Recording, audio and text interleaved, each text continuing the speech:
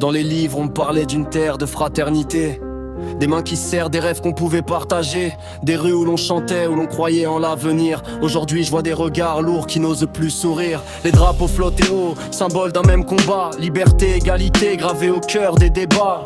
Mais dans le quartier ça doute, ça cherche un repère entre les sirènes bleues et les nuits sans lumière. Du bleu au gris, dis-moi quand ça a changé. Quand l'espoir s'est mis doucement à s'effacer. On marche ensemble mais chacun porte son poids. C'est l'histoire de France qui se cherche encore parfois.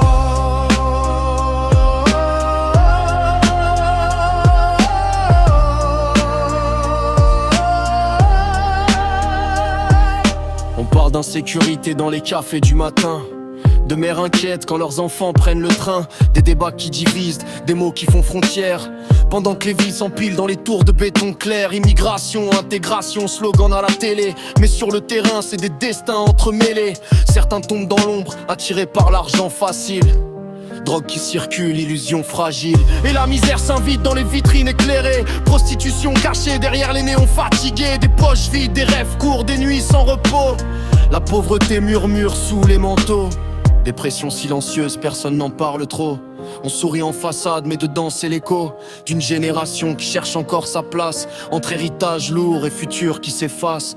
Mais je vois aussi des mains qui s'entraident sans bruit, des voisins qui partagent quand la galère surgit.